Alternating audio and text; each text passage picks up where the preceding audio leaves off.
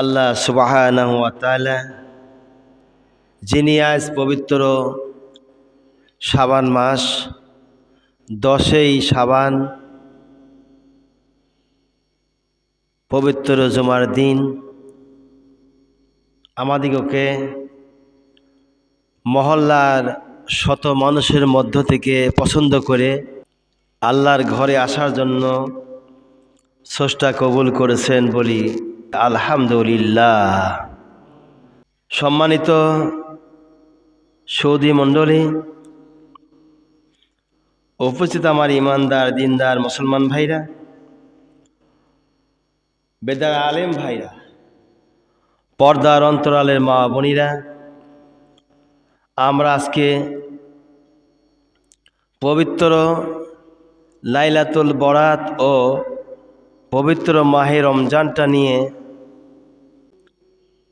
আলোচনা করছি।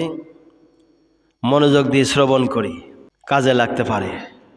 আল্লাহ রাব্বুল আলামিন জানিয়েছেন পবিত্র কোরআনে কারিমায় সূরা বাকারা 2 নম্বর পারা 183 নম্বর আয়াত। আল্লাহ পাক জানিয়েছেন, বিসমিল্লাহির রাহমানির রাহিম, ইয়া আইয়ুহাল্লাযীনা আমানু কুতিবা আলাইকুমুস সিয়ামু কামা কুতিবা আলাল্লাযীনা মিন ক্বাবলিকুম লাআল্লাকুম তাত্তাকুন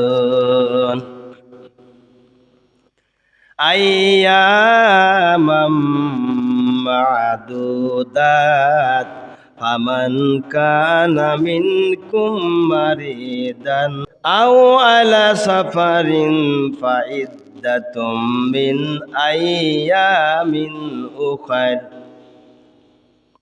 ওয়ালাল্লাযীনা ইউতিকুনাহু ফিদয়াতুন তুআমু মিসকিন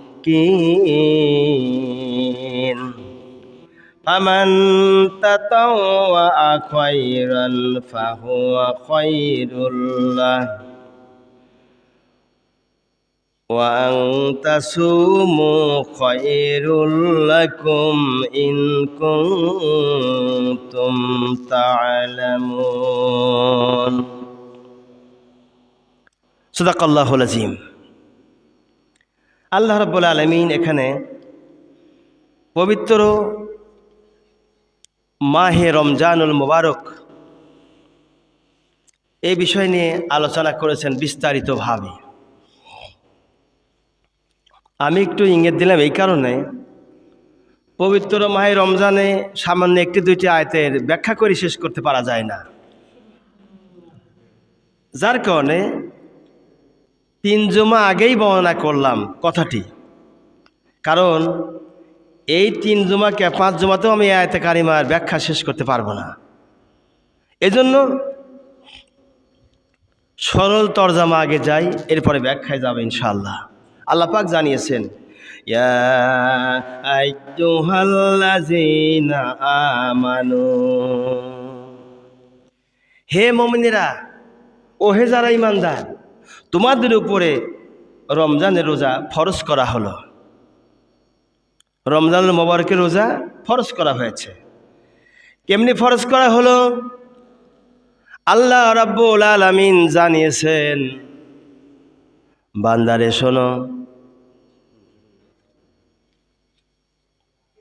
আমি আল্লাহ রাব্বুল আলামিন তোমাদের জন্য পবিত্র মাহে রমজানুল মুবারকের রোজা ফরজ করেছি। শুধু তোমাদের উপরেই ফরজ করেছি এটা ভেবো না। আমরা যদি পবিত্র কোরআনে কারিমাকে প্রশ্ন করি, কোরআন রে রমজানের ব্যাপারে আমার আল্লাহ কি বলেছেন, আমাদের উপরে এই রোজা ফরজ করেছেন নাকি পূর্ববর্তীদের উপরেও রোজা আল্লাহ ফরজ করেছিলেন? কোরআনে কারিম জবাব দিচ্ছেন, ইয়া আইয়ুহাল্লাযীনা আমানু, ওহে যারা ঈমানের দাবি করো, আমি আল্লাহ তোমাদের উপরে পবিত্র রমজানের রোজা ফরজ করেছি। কুতিবা আলাইকুমুস সিয়াম, আল্লাহ রাব্বুল আলামিন জানা দিলেন, রে দুনিয়ার মানুষেরা, এই সিয়াম সাধনা শুধু তোমাদের উপরেই ফরজ করা হয়নি, তোমাদের পূর্ববর্তী যারা ছিল তাদের উপরে আমার আল্লাহ রোজা ফরজ করেছেন। কামা কুতিবা আলাল্লাযিনা মিন ক্বাবলিকুম, তোমাদের পূর্বেও রোজা ফরজ ছিল,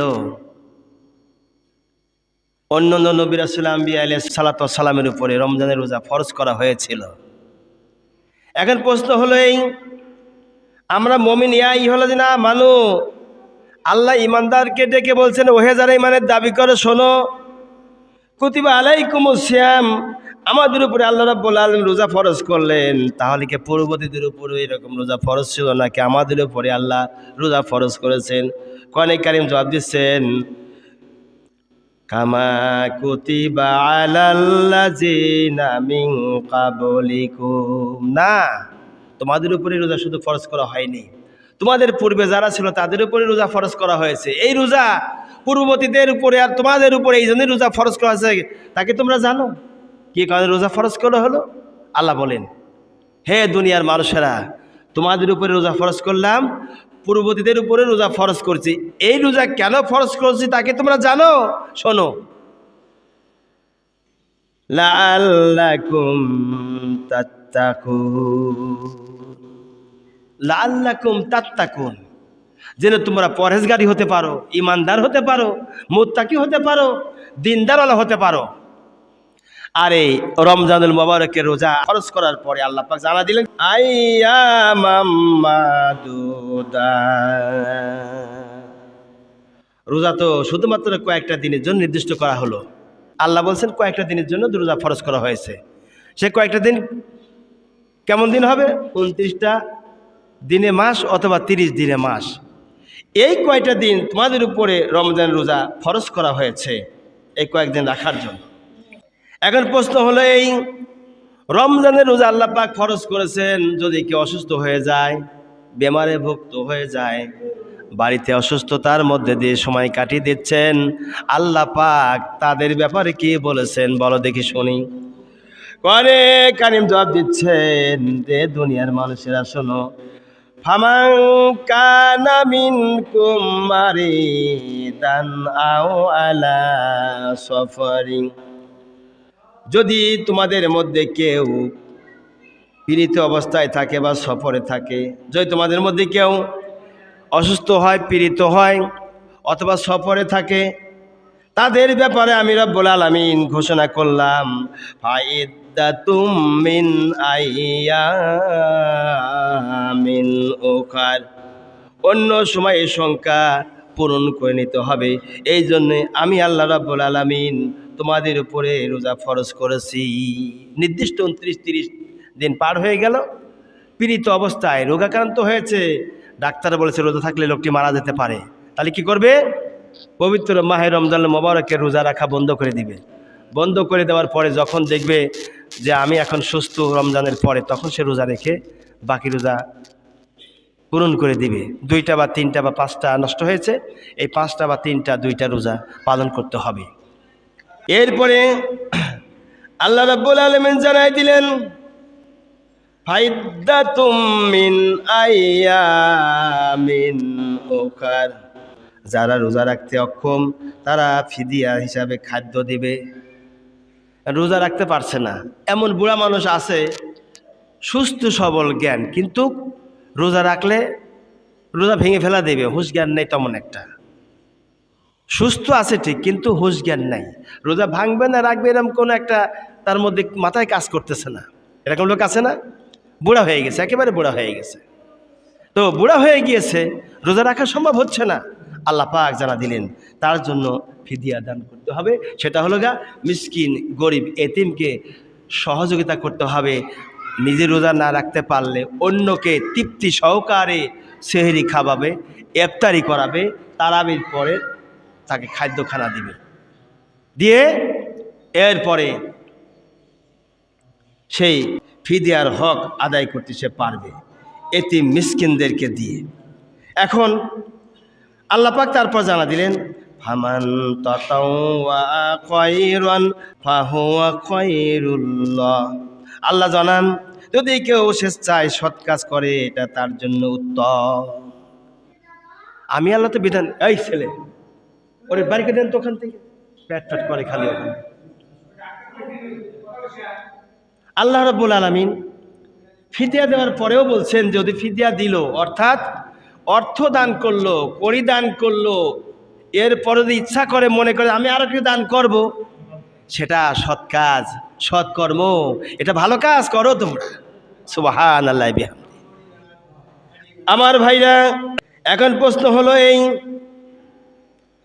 এই রোজা আমাদের জন্য কি কল্যাণ বয়ে আনবে? কি এটা আমাদের জন্য কতটুকুন কল্যাণ বয়ে আনবে, কি কল্যাণ আনবে? কোরআনে কারীম জবাব দিচ্ছেন, ওয়া আনতাসুমু খায়রুল লাকুম ইন কুনতুম তা'লামুন। রোজা তোমাদের জন্য কল্যাণকর যদি তোমরা বোঝো। রোজা হলো কল্যাণকর, রোজা হলে তোমাদের জন্য উপলব্ধি করলেই বুঝতে পারবা যে রোজা তোমাদের কত বড় কামিয়াবি। এই রোজা তোমরা করবা, এর সওয়াব আমি আল্লাহ পূর্ণভাবে দিয়ে দেবো। বলি সুবহানাল্লাহ। এখন পবিত্র মাহে রমজানের মোবারকের রোজা, এই রোজা সেহরি, ইফতার আমরা যে করব, কি দিয়ে করব? হালাল বস্তু দিয়ে করবো। কি দিয়ে করবো? নাকি হারাম দিয়ে করবো, নাকি চুরি করা জিনিস দিয়ে করবো? না। দেখবেন, একটা কথা মনে রাখবেন, সত্য কথা বলবেন, হক কথা বলবেন, আর হালাল খাবেন। দেখবেন আপনার ভিতর থেকে একটা আলাদা জিহাদের তামান্না কথা বাড়াবে। কথা বললেন না কেন? সত্য কথা বললে, হালাল খাইলে, হালাল পোশাক যদি পরতে পারেন, তাহলে আপনার ভিতর থেকে, অন্তর জবান থেকে আমার আল্লাহ রাব্বুল আলামিন ন্যায্য কথা, হক কথা, মুক্তি শুধু বের করেই দিবে। এটা কোনোদিন কেউ বন্ধ করতে পারবে না, ঠেকাতে পারবে না। সুবহানাল্লাহ বিহামদি। দয়া করেছেন কে? আল্লাহ পাক দয়া করেছেন। কিন্তু হক হালালি জিনিস আমরা তো আজকাল চিন্তা ভাবনা করি না।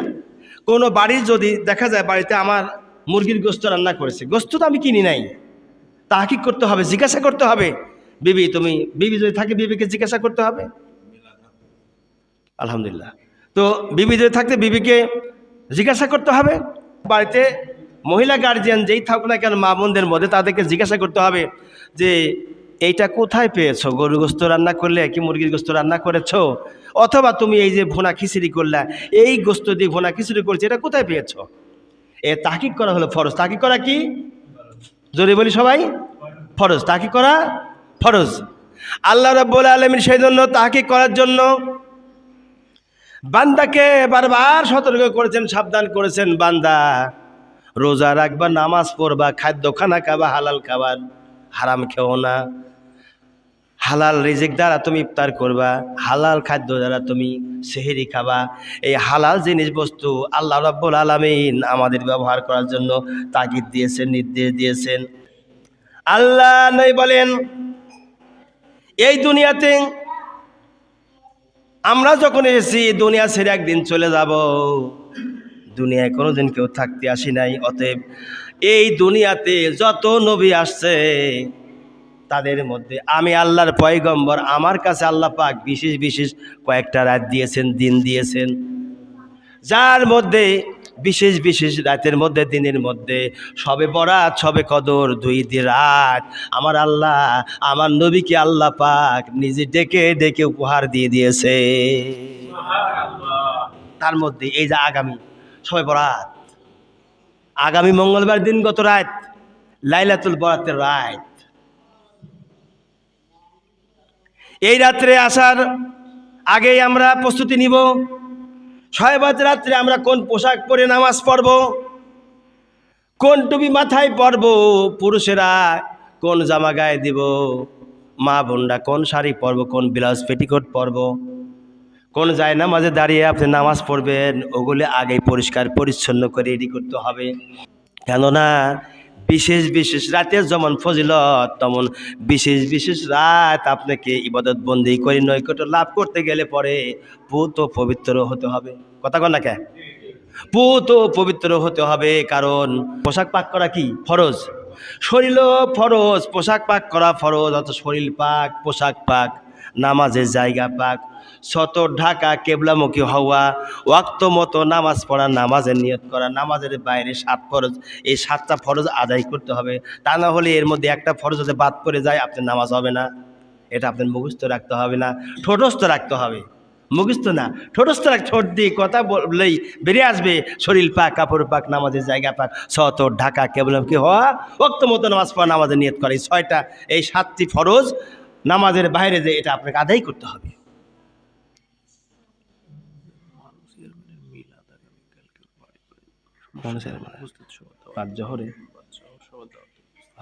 আগামীকাল ঠিক আছে আমার ভাইরা, বাবা, সকল মা বোনেরা, তাহলে নামাজের বাইরে 7 ফরজ এটা আপনাকে অবশ্যই জানতে হবে, মনেও রাখতে হবে। একটা ফরজ বাদ হয়ে গেলে আপনার নামাজ হবে না। নামাজ যদি না হয় আমার আল্লাহর গজব নাজিল হয়ে যাবে, কই নাউজুবিল্লাহ। নামাজের ভিতরে 6 ফরজ রকম আছে, নামাজের বাইরে ভিতরে মিলে মোট 13 ফরজ। কয় ফরজ? 13 ফরজের মধ্যে 7 ফরজ বাইরে যেটা বললাম ওইটা, আর নামাজের ভিতরে 6 ফরজ। তাকবীরে তাহারিমা, আল্লাহু আকবার বলা, কি বলা? এরকম আল্লাহু আকবার বলা, হাত বাঁধা করলে ফরজ না, ভুল করবেন না। অনেক মানুষ আছে জুমার নামাজের ভিতরে ঢোকার পরে অনেক সময় দেখা যায় ইমাম সাহেব খুতবা দিচ্ছে, অথবা জোহর নামাজের নামাজ শুরু হয়ে গেছে, কিংবা ফজর নামাজের নামাজ শুরু হয়ে গেছে। এই অবস্থায় আপনি যখন নামাজের নিয়ত করেন, নিয়ত করে সুন্নত পড়তে যান না, তা পড়বেন না। ফজর নামাজের সুন্নত ওই সময় পড়বেন যদি দেখেন ইমাম সাহেব মাত্র তাকবীর হচ্ছে, অর্থাৎ একামত হচ্ছে। একামত যখন দেয়, ফজরের নামাজের জামাতের একটু সূরা লম্বা হয়, ওই সময় আপনি ছোট ছোট 2টা সূরা পড়িয়ে 2 রাকাত নামাজ শেষ করে সরাসরি যদি দেখেন ইমাম সাহেব রুকুত চলে গেছে, ইমাম সাহেব রুকুত চলে গেছে, আপনি সাথে সাথে বলবেন আল্লাহু আকবার, বলি আপনিও রুকুত চলে যাবেন, আর হাত বাঁধবেন না। কেননা হাত বাঁধা সুন্নত, হাত বাঁধাও সুন্নত, ছানা পড়াও সুন্নত। সুন্নতের চাইতে রুকু করা ফরজ, এই রুকুর মূল্য আল্লাহর কাছে বেশি। এই জন্য যখন দেখেন ইমাম সাহেব রুকুত চলে গেছে, আপনার কোনো নামাজের নিয়ত করবেন না, সরাসরি আল্লাহু আকবার বলে আপনি রুকুতে চলে যায়, ইমাম সাহেবের সাথে নামাজে শরীক হন। রুকু যদি না পান, দেখলেন যে আপনি সেজদা পেয়েছেন, সেজদাই পাবে যাবেন, তবে সেজদা কিন্তু নামাজের রুকু ধরা, নামাজের রাকাত ধরা যাবে না। রুকু পাইলে নামাজের রাকাত ধরতে হবে। আপনারা কি বুঝতেছেন? রুকু পাইলে নামাজের রাকাত ধরতে হবে, সেজদা পাইলে কিন্তু নামাজের রাকাত ধরা যাবে না। এরা মাথায় রাখবেন, আমার আল্লাহ এগুলো ফরজ করে দিয়েছেন। তাহলে রুকু করা, সেজদা করা, 2 সেজদা। কয় সেজদা? ওই যে এর আগে আলোচনা করেছিলেন 2 সেজদা ফেরেশতারাই করেছিল রুহের জগতে। তখন ইবলিস শয়তান যে কালো হয়ে গেল চেহারা, ওই কালো চেহারা যখন হয়েছিল, ফেরেশতারা এটা দেখে তারা ভয়ে ভয়ে আবার 2য় সেজদা করে। এই জন্য আল্লাহ পাক 2টা সেজদা করা কিয়ামত পর্যন্ত যত মানুষ আসবে সবার উপরে ফরজ করে দিয়েছে। তাহলে 2 সেজদা করা, আখিরি বৈঠক। আখিরি বৈঠক কি পড়তে হবে? আত্তাহিয়াতু, দুরূদ শরীফ, দোয়া মাসুরা। ভাই এই আলোচনায় আমি যাব না, গেলি সবাই কিছু আলোচনা মিস্টেজ হয়ে যাবে। তাহলে আমার কি যে নামাজ পড়বো তাহলে হালাল খাইয়া, ওই নামাজ তারাবির নামাজ আমার 20 রাকাত পড়তে হবে। কয় রাকাত পড়তে হবে? সবাই বলি, তারাবির নামাজ 20 রাকাত পড়তে হবে। মহিলা হোক আর পুরুষ হোক, সবার জন্য 20 রাকাত নামাজ পড়তে হবে। এই নামাজ আপনি বাড়িতেও পড়তে পারেন, অসুস্থ হয়ে গেছেন বাড়িতে পড়েন, সমস্যা নেই। মা বোনরা বাসায় পড়বেন, কোনো সমস্যা নাই। মা বোনরা যারা আছেন বাসায় পড়বেন, আমার কোনো আপত্তি নাই। আমার ভাইরা যারা তারাবির নামাজ আদায় করবেন, এই তারাবির নামাজ আপনারা বাড়িতেও পড়তে পারেন, কোনো অসুবিধা নাই। তবে 20 রাকাত আপনাকে নামাজ পড়তে হবে। সুন্নতে মুআক্কাদা, এটা কি? এটা সুন্নতে মুআক্কাদা, মানে ফরজের কাছাকাছি। ফরজের এই আলোচনা আজকে হবে না, তারপরে টাচ দিয়ে রাখলাম। আমার ভাইরা, হযরত ইবনে আব্বাস রাদিয়াল্লাহু তাআলা থেকে রাওয়াত, তিনি বর্ণনা করেছেন রাসূল কারীম সাল্লাল্লাহু আলাইহি ওয়াসাল্লাম যে হাদিসগুলি বর্ণনা করেছেন, হাদিস শুনিয়ে সাহাবায়ে কেরাম এত কাঁদতেন যেন কাঁদতে কাঁদতে অস্থির হয়ে যেতেন। কাঁদার কারণ কি? একটাই কারণ, আল্লাহর ভয় তাদের মধ্যে ছিল। আমরা তো ভয় নিয়ে নামাজে দাঁড়াই না, আমরা নামাজের ভিতরে কত কথা ভিতরে নিয়ে আসি। কোন ভোট আলটালবো, কার উপরে অত্যাচার করব, কার সাথে গন্ডগোল লাগাবো, নামাজ শেষ হলে ধরবো কে আমি, কি এরকম হয় না? বহু মানুষ এরকম করে, তারপর নামাজের দ্বারা এদিকে চায় ওদিকে চায়, আকাশে চায়, দেখে ফ্যান কেমন ঘোরে, কয়টা বাজে, কয় মিনিট আছে জামাতের সময়, কথা কন না কে? এই জন্য আমার ভাইরা, আব্দুল ইবনে আব্বাস রাদিয়াল্লাহু তাআলা আনহু নামাজের সময় এত কাদা কানতেন রে, কানতে কানতে হযরতে আব্দুল আব্বাস রাদিয়াল্লাহু তাআলা আনহুর এই ঘাড়ের রগটা ফুলিয়ে উঠত, কণ্ঠ নালীটা এখানকার যে রগগুলো আছে বের হয়ে যেত। একজন সাহাবী জিজ্ঞাসা করলো, আল্লাহ নবী, সাহাবী, আল্লাহ পাক জানিয়েছেন, সাহাবীদের ব্যাপারে বলেছেন, আসহাবী কান্নুজুম, আকাশের চাঁদ তারকার চাইতে সাহাবীদের মর্যাদা আল্লাহর কাছে অনেক বেশি।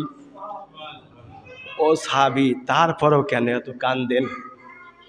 হযরত ইবনে আব্বাস বলেন, যখন আজান হয়ে যায়, আজান হবার সময় আমার ভিতরে কম্পন শুরু হয়ে যায়। আল্লাহ পাক দায়িত্ব দিয়েছেন নামাজের, যে আমানত দিয়েছে, আমানতের খেয়ানত আমার দ্বারা হয়ে যায় কিনা আমি জানি না। আমার ভয় লাগে নামাজটা আমি সঠিকভাবে রুকু সেজদা করতে পারবো কিনা, আমার ভয় লাগে আমি কেরাত পড়তে পারবো কিনা, আমার ভয় লাগে আল্লাহর কাছে কিয়ামতের দিন আমি কি জবাব দিব। আমার যদি নামাজ না হয়, আমার যদি রুকু সেজদা সঠিক না হয়, কিয়ামতের দিন আল্লাহর আসামির কাঠগড়ায় দাঁড়াতে হবে। এই ভয়তে আমি আব্বাস কাঁদতে কাঁদতে পেরেছানি আল্লাহ। আমার ভাইরা, ইবনে আব্বাস আনহু কাঁদতে কাঁদতে পেরেশান হয়ে যেত, গলার কণ্ঠস্বর বন্ধ হয়ে যেত, কণ্ঠর যে রগগুলি রয়েছে বের হয়ে যেত। আল্লাহর এত ভয় করেছেন, আল্লাহ পাককে এত ভালোবেসেছেন, মহব্বত করেছেন। আল্লাহর প্রেম ভালোবাসা নামাজের মধ্যেই তো থাকবে। নামাজ নামাজ নামাজ। রাসূল ইন্তেকালের সময়ও নামাজের কথা বারবার বলেছিল, আকিমুস সালাহ, হে আমার উম্মতেরা, নামাজ নামাজ নামাজ, নামাজ ছেড়ে দিও না। ভাইরা আমার, আল্লাহ পাকে জানি কোরআনে কারিমার মধ্যে জানিয়েছেন, আকিমুস সালাহ, 300 উদ্দে আল্লাহ পাক জানিয়েছেন, বান্দারে নামাজে যত্ন করিও, নামাজ কায়েম করিও। হযরত আলী যখন দেখে নামাজের আজান হচ্ছে, নামাজের রক্ত হয়ে গেছে, তার গায়ের মধ্যে থরথর করে কঁপনি উঠে যেত। একজন জিজ্ঞাসা করলেন, ভাই আলী, তোমার ব্যাপারে আল্লাহ পাক জানিয়েছেন জান্নাতে যদি দুনিয়াতে কেউ যায়, রসুলের জামাতে হযরত আলী 4 নম্বরে আল্লাহ জান্নাতে যাবে। ও ভাই আলী, তুমি এত নামাজে দাঁড়াইলে পরে কান্দো, আবার নামাজের সময় হয়ে গেছে তুমি এত কান্দো, ব্যাপারটা কি? হযরত আলী বলেন, আমার আল্লাহ আমাকে দায়িত্ব দিয়েছেন নামাজের, ওয়াক্ত হওয়ার পর পর আমার কম্পন শুরু হয়ে যায়। কিয়ামতের দিন যে আল্লাহ আমারে বানিয়েছেন, এত বড় সুন্দর করে চেহারা দিয়ে আল্লাহ পাক পাড়া দিয়েছেন, ওই আল্লাহর যদি হক যদি আমি আদায় না করতে পারি, কিয়ামতের দিন আমি আসামের কাঠগড়া দ্বারা হব। আমি আলী জান্নাতে সার্টিফিকেট পেলে হবে কি? আল্লাহ যদি বলেন, আলী জান্নাতে সার্টিফিকেট তোরে আমি দিছি, তাই বলে তুই নামাজের যত্ন করিস নাই কেন? আমি আলী কি জবাব দিব? আমি আল্লাহর ভয়তে, জাহান্নামের ভয়তে, কবরে সাপ বিচ্ছু, বড় বড় সাপ থাকবে, বড় বড় বিচ্ছু থাকবে, বেনামাজিদের কবরের মধ্যে শক্ত আযাব দেওয়া হবে। বেনামাজির কবরের মধ্যে আযাবে গ্রেফতার ফেরেশতারা চলে আসবে। এই ফেরেশতারা এসে এত আযাব দিবে, গজব দিবে, আমি আলী সইতে পারবো না। সামান্য খেজুরের কাটা গায়ে ঢুকলে পরে যন্ত্রণায় সহ্য করতে পারি না। আমি আলী কেমন করে জাহান্নামের আগুন সহ্য করব? ও ভাই, আল্লাহ রাব্বুল আলামিনের জাহান্নামের ভয়তে, আল্লাহর বাহিনীর সাপ বিচ্ছুর ভয়তে আমি আলী নামাজের রক্ত যখন হয়ে যায়, তখন আমার শরীরটা কম্পনে কম্পিত হয়ে যায়। আমার ভাইরা, সেজন্য নামাজের আমরা হেফাজত করব, নামাজের পাবন্দি হয়ে যাব। নামাজ ছাড়া কোনো মানুষ কোনোদিন আল্লাহর জান্নাতে যাবে না। নামাজ নামাজ, ওয়াকিমুস সালাহ, বান্দা নামাজ কায়েম করো, নামাজ কায়েম করো। নামাজ প্রতিষ্ঠিত করার কথা আল্লাহ পাক বারবার বারবার বলেছেন। রাসূল কারীম সাল্লাল্লাহু আলাইহি সাল্লাম তিনি নামাজের ব্যাপারে বহু বলেছেন। একজন সাহাবী হুজুরের ঘটনাটি বর্ণনা করেন, যার নাম শেরে খুদা হযরত আলী রাদিয়াল্লাহু আনহু। তিনি বলেন, আল্লাহর নবীকে আমি দেখলাম দাঁড়া রয়েছে বদর প্রান্তে। যখন সন্ধ্যা ঘনায় এলো, আল্লাহর নবী একটা গাছের নিচে গেল। যে নবীর আগে পরে গুনাহ নাই, মাসুম বাচ্চারে নবী, যে নবীর আগে পরের কোনো গুনাহ নাই, মাসুম বাচ্চা নবী, সেই নবী একটা গাছের নিচে দেখলাম দাঁড়িয়ে গেল। দাঁড়ানোর পরে তিনি কাঁদতে লাগলেন, হাওমাও করে কাঁদতে লাগলেন। রাসূল সারা রাত ধরে কেঁদে রাতটা পোহায় দিলেন। আল্লাহ নবী গাছের নিচে দাঁড়িয়ে নামাজের ভিতরে সারা রাত ধরে তিনি কাঁদতে লাগলেন। হযরত আলী ইবনে আবু তালিব রাদিয়াল্লাহু আনহু বলেন, হুজুরকে জিজ্ঞাসা করা হলো, ইয়া রাসূলুল্লাহ, হে আল্লাহ নবী, আপনার আগেও গুনাহ নাই, পরেও গুনাহ নাই, আপনি মাসুম বাচ্চা, আল্লাহ আপনাকে নিষ্পাপ করে দুনিয়ায় পাঠিয়েছেন, আপনি নিষ্পাপ এখন আছেন, নিষ্পাপ হয়ে কবরে যাবেন। হুজুর সারা রাত ধরে এত কাঁদলেন কেন? কারণটা কি হুজুর? নামাজের ভিতরে এত কাঁদলেন কেন? পাও মোবারক ফুলে গিয়েছে। ইয়া রাসূলুল্লাহ, চোখ দুটো লাল হয়ে গেছে হুজুর, চোখ দুটো আপনার ফুলে উঠেছে সারা রাত কান্নার কারণে। আল্লাহু আকবার। ইয়া রাসূলুল্লাহ, আপনি এত কাঁদলেন কেন? রাতটা কেঁদে কেঁদে কেন পোয়া দিলেন হুজুর? আপনার গুনাহ মাফ আল্লাহ করেছেন। আল্লাহ পাক তিনি কোরআনে কারিমের মধ্যে জানিয়েছেন, তাহা মা আনজালনা আলাইকাল কুরআনা লিতাসকা। হে নবী, আমি আপনাকে কষ্ট করার জন্য তো দুনিয়াতে কোরআন নাজিল করি নাই। এই কোরআন নাজিল করেছি আপনাকে এত কষ্ট করার জন্য নয়। আল্লাহু আকবার। কোরআন নাজিল করেছি আপনাকে সুখের জন্য, আপনার সুখের জন্য। আপনাকে আমি কল্যাণ দেব, আমার রহমত আপনার উপরে পড়বে, আমার রহমত আপনার উপরে যাবে কল্যাণের জন্য, সুখের জন্য আমি আল্লাহ কোরআন নাজিল করেছি। আর আপনি কেন এত কাঁদতেছেন হুজুর? আমি আল্লাহ পাক কাঁদার জন্য আপনাকে দুনিয়ায় পাঠা দেই নাই হুজুর, আপনি তারপরও কেন এত কাঁদতেছেন? রসুল বলেন, ও সাহাবায়ে কেরাম, কিয়ামতের দিন আল্লাহর কাছে বিশেষ বিশেষ কিছু লোকদেরকে আল্লাহ পাক দাম দিবেন, আল্লাহ পাক ভালোবাসবেন, আল্লাহর কোলের মধ্যে নেবেন বিশেষ বিশেষ কিছু লোককে। হয়তো আলী বলেন, ইয়া রাসূলুল্লাহ, সে কথা কি আমরা জানতে পারি? রসুল বললেন, আলী রে শোনো, যারা গভীর রাত্রিতে এই পুষ মাস শীতের মধ্যে আরামের বিছানা ত্যাগ করিয়ে স্ত্রীকে বিছানায় শোয়া রেখে তাহাজ্জুদের নামাজের জন্য ওযু যখন করবে, ওযু করার পরে নামাজে দাঁড়াইয়া যাবে, এই সমস্ত লোকদেরকে আমার আল্লাহ রাব্বুল আলামিন জান্নাতুল ফেরদাউস নসিব করে দিবে। তো ভাই, পৌষ মাঘ মাস শীতের দিন, এই দিনে আরামের বিছানা, গরম বিছানা ত্যাগ করে উঠে তাহাজ্জুদ নামাজ পড়া বড় কষ্টের বিষয়। যারা আপনারা রাতে ফজর নামাজে অন্তত আসেন, তখনই অনুভব করতে পারেন ঠান্ডার ভিতরে কত কষ্ট করে আপনাকে আসতে হয়, রাতে কত কুয়াশা পড়ে, সামনে কিছুই দেখা যায় না, এমন একটা সময় আপনারা বাড়ির থেকে বের হয়ে আসেন। আল্লাহ রাব্বুল আলামিন যেন নিজের বিবিকে বিছানার মধ্যে শোয়া রেখে উঠে আসে, নিজের বিবিকে বিছানায় বলে, ওঠো, তাহাজ্জুদ নামাজ সময় হয়েছে, তাহাজ্জুদ নামাজ পড়ার জন্য গভীর রাত্রিতে আরামের বিছানা, গরম বিছানা চেক করিয়ে এসে এই শীতের মধ্যে নামাজ পড়বে। কিয়ামতের দিন আমার আল্লাহ তাকে জান্নাতবাসী করে দিবে।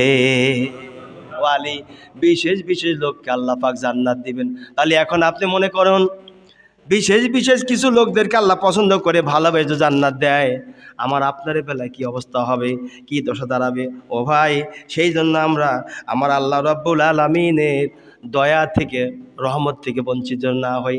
রাসূল বদরের যুদ্ধের ময়দানে গেছে, সেখানে গিয়ে তাও গাছের নিচে আল্লাহ নবী নামাজে দাঁড়াইয়া কাঁদতেছে, সারা রাত কেঁদে কেঁদে কাটা। আমাদের চোখে পানি আসে না? আমাদের মুখটা মলিন হয় না? গুনার কথা মনে উঠে আমরা নামাজে আসি না? গুনার কথা মনে উঠে আমরা আল্লাহর কাছে ডাক দিতে চাই না? বাবা মা কবরে রয়েছে শুয়ে, দাদা দাদি কবরে শুয়ে রয়েছে, শুক্রবারে ফজর নামাজের পর একটু খাস করে যে দোয়া করব, তা আমরা সময় পাই না। মূলে সময় হবে আপনার, কথা কন না কেন? মলে আপনার সময় হবে, ওই সময় হয়ে আপনি হাজারবার ব্যাগ আসতে চাইবেন। আপনি যেমন আপনার বাবা মার জন্য দোয়া করে গিয়েছেন, না করেছেন, আপনার ব্যাপারে আপনার ছেলে নাতিরা ওই রকমই করবে। কথা কন না কেন? ওই রকমই করবে, পরিবর্তন হবে না, পরিবর্তন হবে না। আমি ঢাকাতে গেলাম এদিনকে প্রোগ্রামে, একটা মসজিদে, মুগদা কেন্দ্রীয় মসজিদ, হেফজখানা পাশেই আছে। সেখানে গিয়ে আমি দেখতে পেলাম ফজর নামাজ পড়ে, বিশ্বাস করেন আল্লাহর কালাম হাতে নিয়ে বলছে, একজন মুসল্লি হয়তো জোরদান কারণে হয়তো চলে গেল, আর বাকি সব ভিতরে আপনারা যেরকম বসে আছেন না, চাকলা ধরে বসে আছেন, এইরকম গিজ গিজ করতেছে। আর ওখানে 200-300 মুসল্লি ওক্ত নামাজেই বসে বসে থাকে। আল্লাহু আকবার। আমি সেখানে বসে আমার মনটা জুড়ে গেল, এত সুন্দর জায়গা রে, এখানকার যদি খাদেমও হয় তবু আমি ভালো হইতো, আমার দ্বারা মনে ভালো হইতো। আমি পাবনাতে যে খতিবগিরি করি, ইমামতি করি, মক্তব পড়াই, এর চাইতে যদি ঢাকা মুগদার মতো জায়গার মসজিদে যদি আমি খাদেম হইতাম, আমার জীবনটা ধন্য মনে করতাম।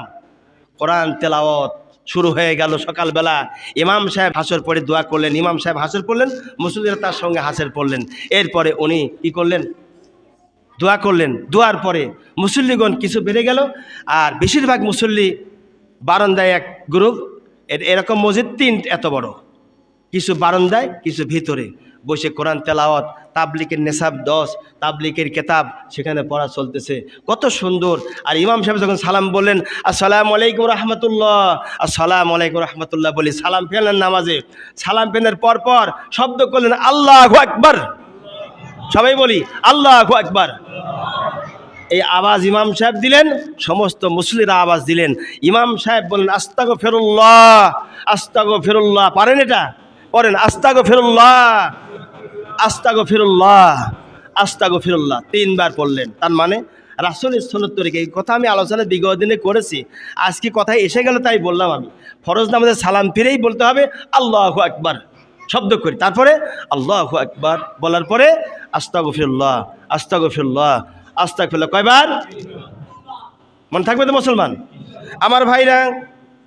সেই জন্য আল্লাহ নবী নামাজের ব্যাপারে এত বলার পরেও বলছেন উম্মতের নামাজ ছেড়ে দিও না, নামাজ মাঝে খারাপ অশ্লীল বেহায়াপনা থেকে ফিরায়।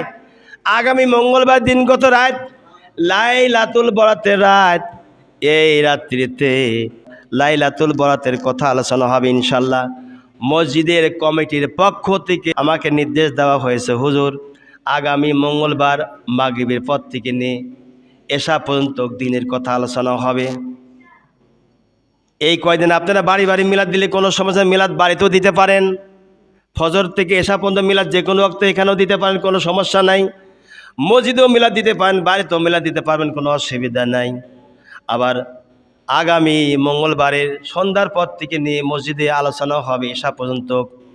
এশা নামাজের ধার্য করা হয়েছে 8:30। ওই সময় এশার নামাজ হবে, একটা রাতে একটা দিনের জন্য শুধুমাত্র, তার আগ পর্যন্ত ইসলামের কথা আলোচনা হবে। সবাই বরাত কি এবং কেন, আল্লাহর দোয়া কবুল করবেন কিভাবে, এই বিষয়টা নিয়ে বিস্তারিত আলোচনা হবে। আপনারা থাকবেন তো ইনশাল্লাহ? সবাই ওই দিনকে আমার কথা শোনেন ভালো করে, শেষ কথা। হায়াত, মৌত, রিজিক, দৌলাত, যার যা প্রয়োজন প্রত্যেকের জন্য আল্লাহ পাক তার শাবানের 15 তারিখের রাতের সূর্য অস্তমিত যাবার দেরি আছে, আল্লাহর আরশে আজিম থেকে নিয়ে প্রথম আসমানে আসা দেরি নেই। জোরে বলি সুবহানাল্লাহ। হলে না? জোরে সুবহানাল্লাহ। এরপরে যখন ফজর নামাজের সময় হয়, রাতের শেষ ভাগ, সুবহে সাদেক শুরু শেষ হয়ে গেল, শেষ হওয়ার পরে আমার আল্লাহ চলে যান। আর এই দীর্ঘ সময় ধরে আল্লাহ পাক আরশ মহল্লায় আপনার জন্য, আমার জন্য, হিন্দু মুসলমান বৌদ্ধ খ্রিস্টান সবার জন্য সেখানে অপেক্ষা করবেন। যে যে দোয়া করবেন, যে অবস্থায় যে যা চাইবেন, আল্লাহ পাক ওইটা দেওয়ার জন্য সারা রাত অপেক্ষা করবে আল্লাহ। আপনি কি সারা রাত অপেক্ষা করতে পারবেন না? তাহলে তাকবীর দিই, লিল্লাহে তাকবীর, লিল্লাহে তাকবীর। আল্লাহ পাক যেন কবুল করে, বলি আমিন। বাকি নামাজ বাদে ওই যে আমার এক মুসল্লি ফজলু, চেনেন আপনারা? ওনার আব্বা নাম হলো আশু প্রামাণিক। সেখানে বাকি নামাজ বাদে মাহফিলে সেখানে যাবেন। আর মসজিদে বেশ কয়টা মিলাদ আছে, কয়জনের নাম বলবো বলেন? মসজিদে অনেকগুলো মানুষের মিলাদ আছে, আপনারা সব দেখলেন। এখন আপনার নামাজ পড়ে একটু বসবেন, এখানেই মিলাদ পড়বো, এই মিলাদ শেষ করে ওই বাড়িতে যাব। আল্লাহ যেন আমাদেরকে এই মিলাদগুলো মুরব্বীদের জন্য দোয়া খায়ের করে। সবে বরাতের মিলাদ যেগুলো হচ্ছে এখন, এই মিলাদ যে কোনো দিনই দিতে পারেন, কোনো সমস্যা নেই, বাড়িতে দিলে আরও ভালো হয়। কেননা আগেকার মুরব্বীরা বাড়িতেই রুটি হালুয়া দিয়ে দিয়েছেন, বাড়ির একটু দোয়াও নিয়েছে, 1 বছর পরে একটু বাড়ির বালা মসিয়াত সরে যাওয়া নিয়ে দোয়া খায় নিয়েছে। আল্লাহ যেন কবুল করে বলি আমিন। আসসালামু আলাইকুম রহমতুল্লাহ।